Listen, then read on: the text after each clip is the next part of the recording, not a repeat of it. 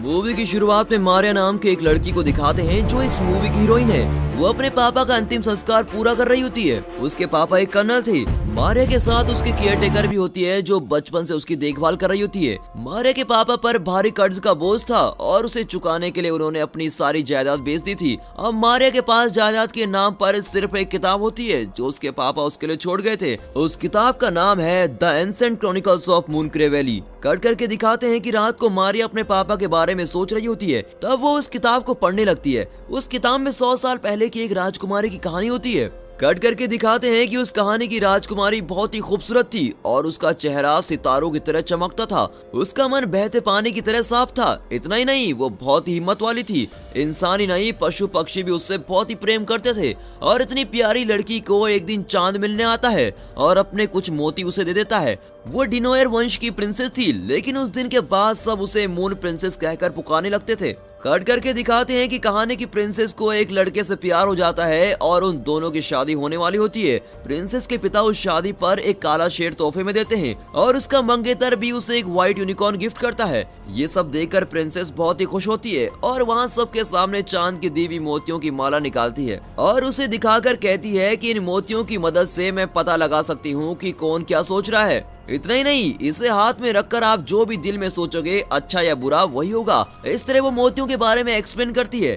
Cut करके दिखाते हैं कि मारिया वो कहानी अधूरी छोड़कर किताब बंद कर देती है। अब दिखाते हैं कि मारिया और उसकी केयरटेकर उसके पापा के पैलेस को छोड़कर मारिया के अंकल के पास जाने का फैसला करते हैं, जो कि मूनक्रे नाम की वैली में रहता है। वे अपना सामान बांधकर मूनक्रे के लिए निकलते हैं। रास्ते में कुछ डाकू उन्हें रोकते हैं और मारिया को किडनैप करने की कोशिश करते हैं। उनसे बहुत मुश्किल से बचकर वे दोनों एक सेफ जगह पहुंच जाते हैं। फिर वे मूनक्रे पहुंच जाते हैं। कुछ ही दूर एक बहुत बड़ा पैलेस होता है और यही है मारिया के अंकल बेंजामिन का पैलेस। मारिया और केयरटेकर गाड़ी से उतरती हैं और तभी बेंजामिन वहां आता है। मारिया पहली बार अपने अंकल से मिल रही होती है। केयरटेकर उसे रास्ते में हुई घटना के बारे में बताती है, पर बेंजामिन उनकी बात पर ध्यान नहीं देता और दोनों को पैलेस के अंदर आने को कहता है। कट करके दिखाते हैं कि वहाँ एक बहुत ही बड़ा काला कुत्ता होता है और बहुत ही डरावना दिखता है। बेंजामिन कहता है ये बहुत ही ताकतवर है और एक ही मिनट में एक आदमी को खत्म कर सकता है।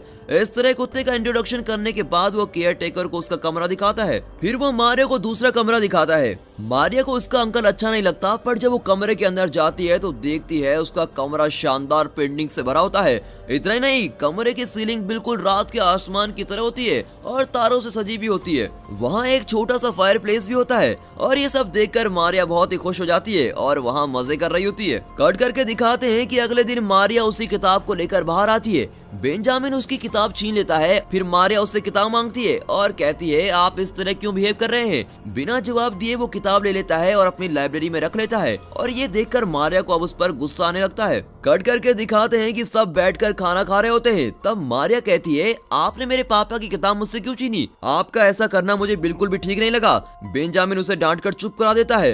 दोनों के बीच आर्गुमेंट को देखकर केयरटेकर किसी तरह उनमें सुलह करवाने की कोशिश करती है, पर बेंजामिन उससे भी बोलने नहीं देता और कहता है खाते वक्त बात करना मुझे बिल्कुल भी पसंद नहीं है, इसलिए आप भी बोलना बंद कीजिए और चुपचाप खाना खाइए। और मारिया, तुम्हारे पिता एक डरपोक आदमी था, दुनिया भर से कर्ज लिया और तुम्हें भी कर्ज में डुबोकर वो चल बसा। अपने पिता के बारे में बुरा सुनकर वो चिल्लाती है कि मेरे पिता ऐसे नहीं थे, समझे आप? उनके बारे में इस तरह आपको बोलने का कोई हक नहीं है। इस तरह उन दोनों में फिर से आर्गुमेंट होने लगती है। कट करके दिखाते हैं कि कुछ समय बाद सब कुछ जरा नॉर्मल होने लगता है और तभी बेंजामिन मारिया और केयरटेकर को अपना पैलेस दिखाता है। तब वो कहता है रास्ते में तुम्हें जिन लोगों ने अटैक किया था वे डिनोयर वंश के लोग हैं, यानी वे हमारे दुश्मन देश को बिलोंग करते हैं। वे तुम्हें भी अटैक कर सकते हैं, इसलिए तुम पास के जंगलों की ओर कभी भी मत जाना। कट करके दिखाते हैं कि शाम को वो मारिया को घोड़े पर बिठाकर मार्केट ले जाता है। शुरू में मारिया को सब बहुत नया लगता है, पर वो जल्दी वहाँ के रहन सहन को सीख लेती है। इसलिए बेंजामिन मारिया को अकेले ही राज्य की सैर करवाने की परमिशन दे देता है।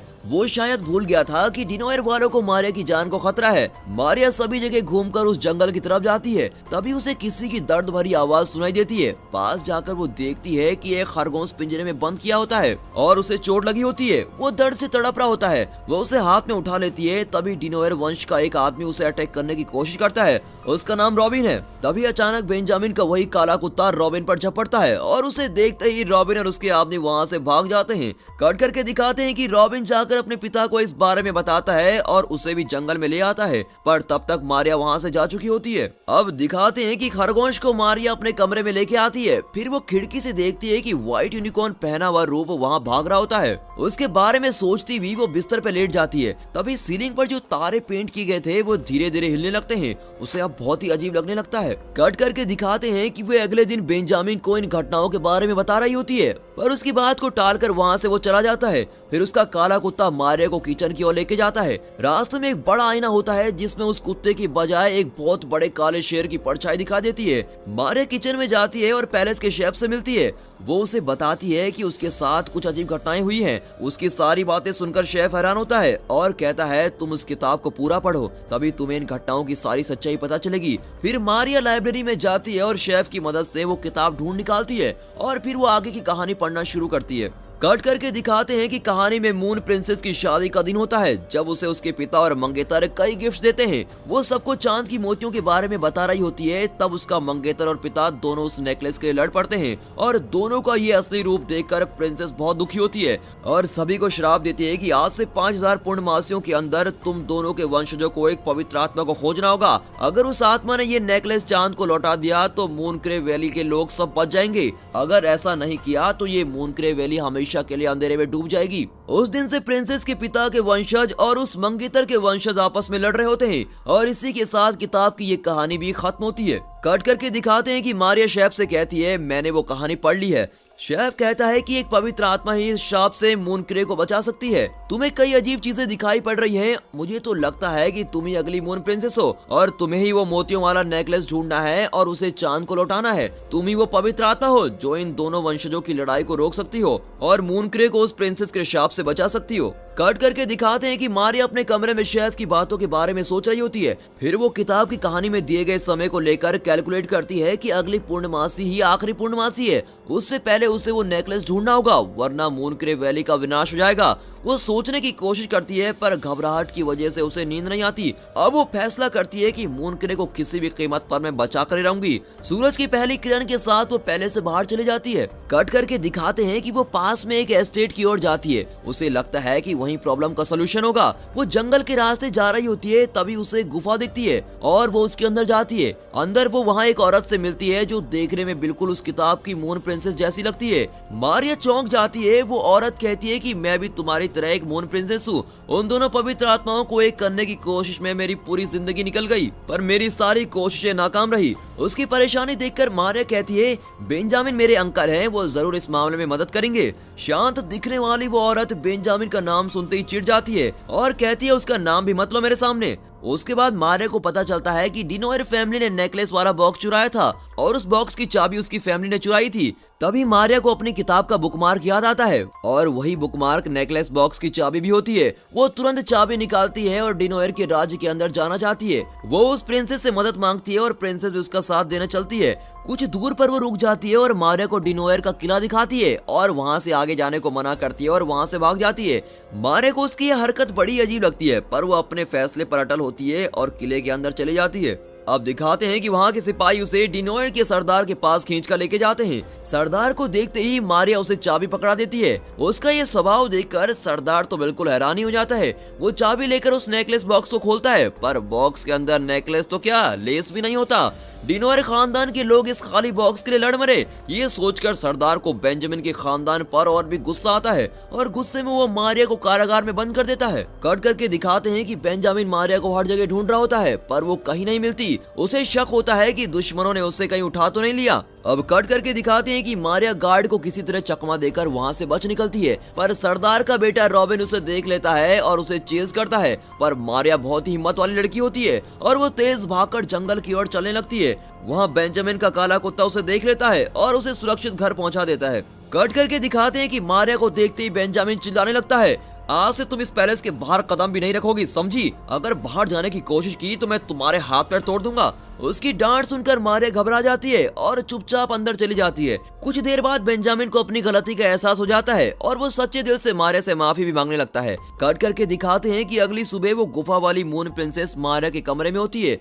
मारिया चौंक जाती है और गुस्से में उससे पूछती है, आप मुझे उस किले के पास अकेला छोड़कर क्यों भाग गई थी? पर वो जवाब नहीं देती और मारिया को मून प्रिंसेस का ड्रेस देती है।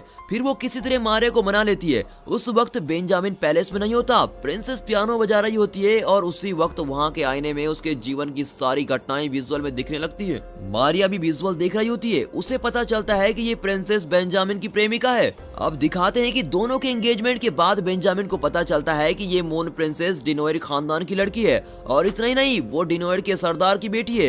ये जानने के बाद वो प्रिंसेस से शादी नहीं करना चाहता और उसे अपने पैलेस से निकाल देता है। इसीलिए प्रिंसेस दोनों खानदानों से दूर जाकर एक जंगल में गुफा में रहने लगती है। फिर दिखाते हैं कि फ्लैशबैक देखने के बाद मारिया प्रिंसेस से कहती है, आप बेंजामिन अंकल से फिर से मिलकर बात करने की कोशिश क्यों नहीं करती? पर प्रिंसेस मना करती हुई कहती है, अब हमारे बीच सब कुछ खत्म हो चुका है और मेरा यहाँ रुकना ठीक नहीं। ये कहकर वो बाहर चली जाती है। तभी मारिया देखती है कि बेंजामिन के नौकर मून प्रिंसेस की पेंटिंग को दीवार से हटा रहे होते हैं। वो तुरंत शेफ को बुलाती है और उसे भी ये दृश्य दिखाती है। तभी अचानक पेंटिंग में प्रिंसेस हिलने लगती है और उस नेकलेस का रहस्य मारिया को बताने लगती है। इस पर शेफ कहता है कि रॉबिन ही तुम्हें उस नेकलेस तक पहुंचा सकता है, क्योंकि वो उस जंगल के हर पेड़ को अच्छी तरह जानता है। मारिया पूछती है, रॉबिन तो हमारा दुश्मन है, वो हमारी मदद क्यों करेगा? पर सभी यही एडवाइस कर रहे होते हैं कि रॉबिन की मदद लेनी चाहिए। मारिया मान जाती है, पर डिनोयर के पास जाने से पहले वो बेंजामिन और मून प्रिंसेस दोनों को एक खत लिखती है और किसी तरह उन दोनों को मिलवाने की प्लानिंग बनाती है।